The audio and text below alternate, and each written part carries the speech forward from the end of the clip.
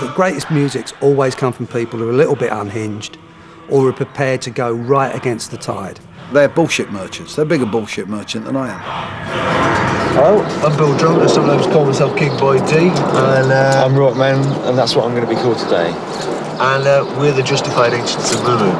Last year, we realised the time had come in the history of pop music where anybody, well, we thought anybody could have a number one. You could just reach out and grab it. So we thought we'd have one. So we changed the name to the Time Lords, got this car here, Ford, to front the band, and went in and made a number one record.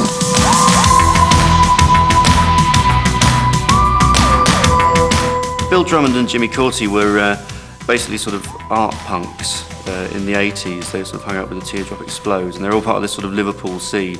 But they were the situationists. They were the ones that would come up with all of the just madcap ideas and just decide, let's go and do it, yeah. For me, they're just taking the piss the whole time. You know, they just try these mad ideas and put it together, and it just works. Without caring if you got the joke or not, the two musos picked up on the current trend of sampling in dance music, took it to its extreme, and came up with a simple formula for having hit records.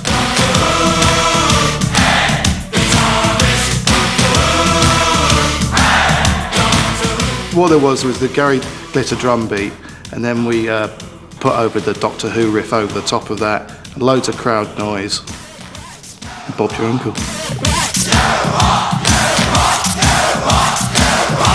It could have been anything, really. It could have been Charlie's Angels and David Bowie, or it could have been Metal Mickey and The Sweet or something, and it still would have worked. Bill and Jimmy then wrote The Manual, a step-by-step guide of how to take bits of other people's music and turn it into a number one all of your own.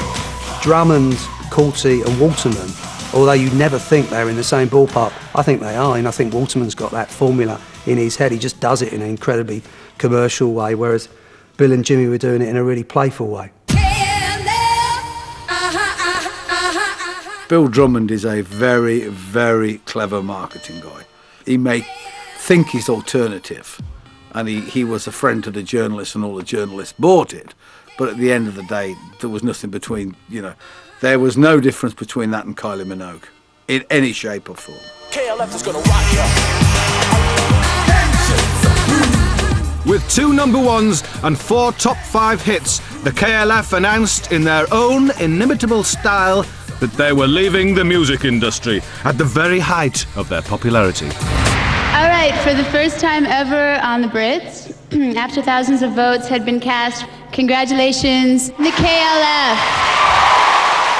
They both announced, wouldn't it be a great idea to spray the audience with pig's blood? And I just went, you're joking, aren't you? This is television freedom.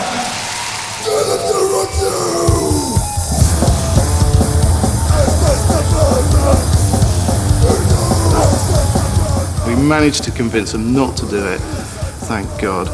And they just had an M16 instead and fired that at the crowd.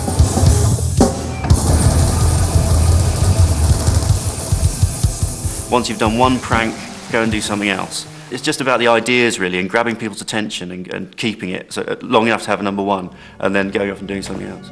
While record executives breathed a sigh of relief, the art world got worried as Bill and Jimmy turned their attention to auctioning large sums of money nailed to picture frames and upsetting as many other artists as possible. Just before being picked as Best Artist of the Year, with a cheque for £20,000 to back it up, Rachel Whiteread learnt that she had also been singled out as Worst Artist of the Year in an alternative award funded to the tune of 40 grand by the K Foundation, set up by the former rock group KLF as a bizarre and pricey comment on the state of contemporary art. Can we hear it for Rachel? Bill and Jimmy then went one step further. They took £1 million from their bank account, flew to a remote part of Scotland and burnt it. I went along with them as a witness. I didn't have to write an article about it. They didn't tell me to write an article. I wasn't working for them. I did write an article for The Observer, but I was put in a position why would anyone believe me? I was their mate. I had been working with them. It almost been designed not to be believed.